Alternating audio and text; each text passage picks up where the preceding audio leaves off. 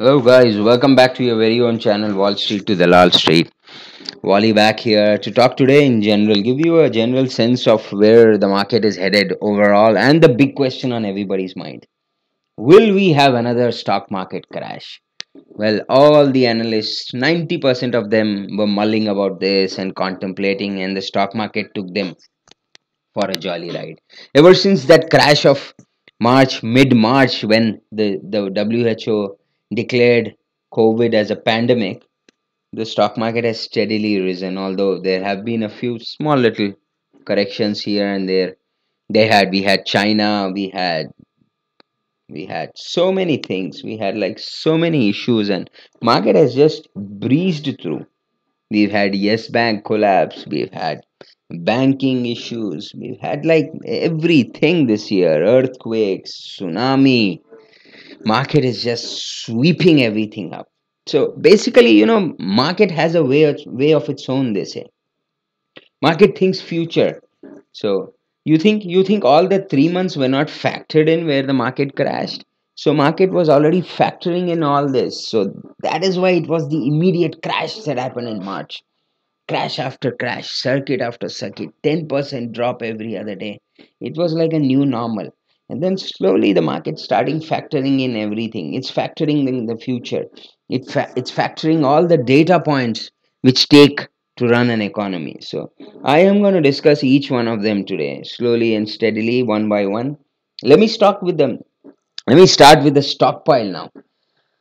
How is market run? Basically, it's run by cash, it's run by the big bulls, it's run by big FIIs, and the biggest bull of them all, Warren Buffett. What do you think he's doing? So the news over the course of March April was Warren Buffett was the first amongst the sellers. These guys are visionaries, guys. These guys like run the market, they track the markets, and they make the markets move. So the first sellers would have been Junjunwala, Warren Buffett. And what did he sell? Airline stocks. So he had sold most of his airline stocks, and probably he has even bought some gas, they say, oil and gas. So coming, we'll have a discussion about gas sector and Reliance later, but Warren Buffett mostly sold airline stocks in the month of March and is sitting on a cash pile of 130 billion as per the May figures. We don't have the June figures because they'll be released soon, but in May he was still sitting on a 130 whooping billion-dollar cash pile. So that gives you a picture. I mean, when some big guy is sitting on that sort of a cash pile, he's obviously expecting a crash to invest money. But then the sense is in 2008, he was one of the first persons to invest in the market. That time, the government didn't invest so soon in the bust that happened, in the Lehman Brothers crash, in the subprime housing crisis that happened in 2008. It was Warren Buffett himself that did the bailout and that did invest in that crash to try to make good money.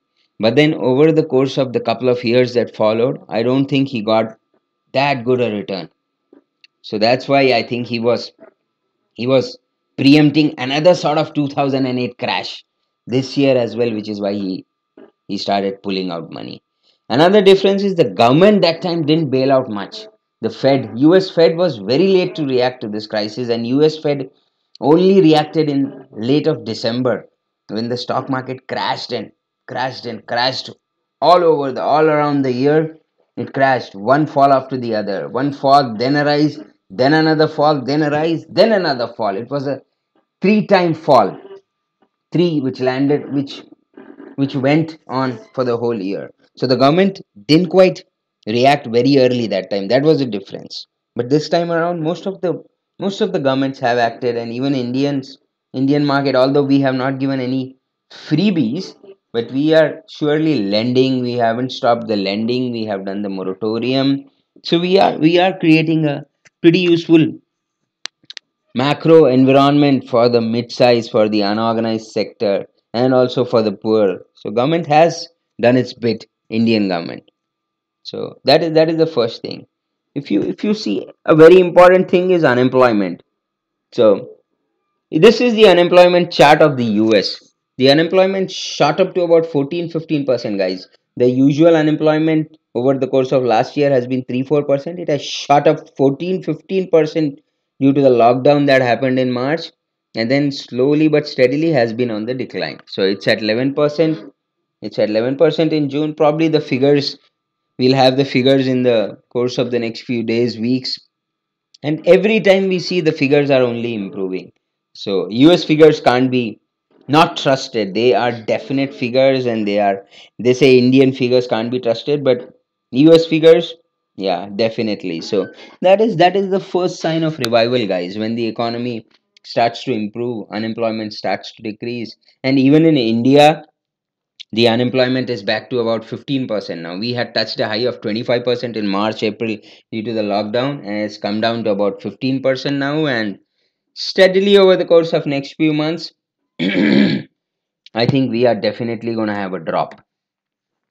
So that's regarding the unemployment. We have spoken about what Warren Buffett is doing. We have spoken about the government intervention.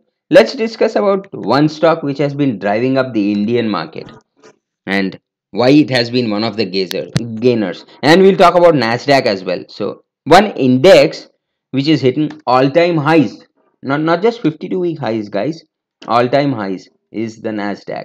And if you know the composition of Nasdaq, you can go through that. It is mostly the tech companies. So Google, Facebook, Amazon, Apple, there's LinkedIn.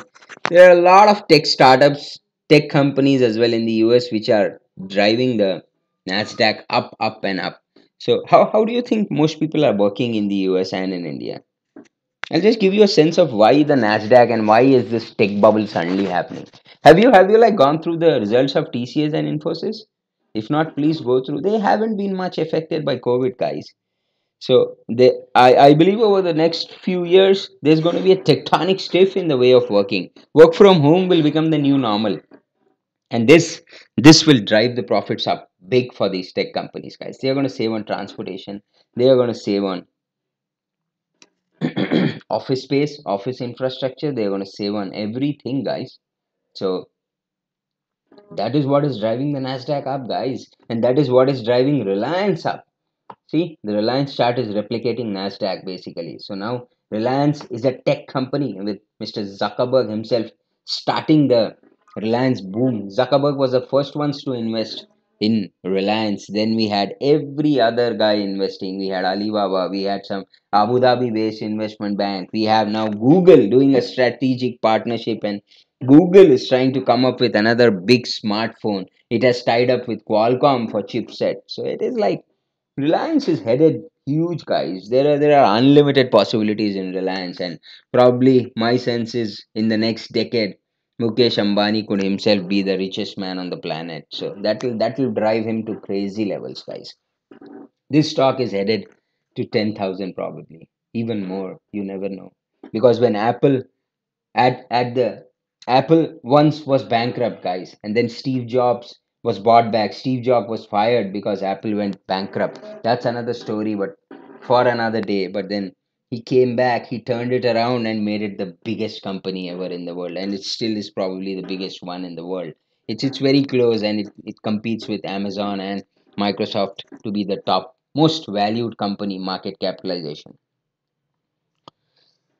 So yeah, if India is going to shine over the next decade, which everybody believe, if India Rising works, if our government supports Reliance like the way it's doing already, and we have a and himself, Mukesh Ambani himself is a visionary, guys. So he had a very long-term vision, which has catapulted him to becoming the much he. So if you know now, Mukesh Ambani is much richer than he's richer than Warren Buffett himself. So Warren Buffett is sitting on cash pile, but Mukesh Ambani's stock is rising. So probably Warren Buffett is now going to put his stockpile in Mukesh Ambani next. You never know, guys. That could very well happen. Also, if you look at the chart of Infosys, guys, this is also trying to replicate what Nasdaq is doing. And look at the chart. It is it is only replicating what Nasdaq is doing. So it has been rising, and is like at all-time highs. So there is something which is driving the market up, and it's logical as well. You can't say it's just people throwing liquidity everywhere. They are throwing liquidity where it is due. If you see if you see the market, I mean, you see there's a very good old saying in the market: money never sleeps, it only changes hands. There's a movie called Wall Street, so you can go watch that movie. It's a very classic, it's a very old good movie, classic movie with my favorite actor in it, Charlie Sheen from yesteryears, and Michael Douglas. A cracker of a movie which shows how stock market used to run in US in those days, and all the manipulation that happens in the stock market, and how people make money and people lose money as well. So go watch that movie to get a sense of the markets and everything, and also have a good time over the weekend on a lighter note.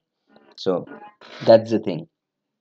And I would like to wind up saying the COVID vaccine, I guess the final thing, the final nail in the coffin for the bears, for all those people expecting market crash, would be the COVID-19 vaccine, guys. Guys, do you think this virus had come in December, November in China, they say? And there are theories going on that this virus has been orchestrated, made in the lab. And if you think it was made in a lab, then you don't think there's a vaccine already. How do you think all these guys are just roaming around, these presidents and all? Donald Trump himself, he never wore a mask until very recent, where I guess it was again a display just to show that he's being careful. So he's just now wearing a mask. But don't you think there's a vaccine that's ready? So I believe the vaccine has long been ready, and it's just that they are waiting for a right time. They are waiting for a right time because there are US elections this year, guys. And I suppose at the right time, at the time when all these big guns want the vaccine to be out, it's going to be out, and that is going to catapult the Nifty up, guys. The Nifty, Sensex, Nasdaq, Dow, every share market is going to hit the roof, guys. We could stare at 15,000 as well. If we can look at 7,500 this year, we can look at 15,000 as well this year. So on that very optimistic note, I would like to sign off. You know what is to be done, guys. You have extended a good support for me over the course of the few last month, and I'm expecting the same. I'm expecting you to catapult my subscriber base up as well, so that I'm motivated to make more videos. Thank you and have a nice weekend.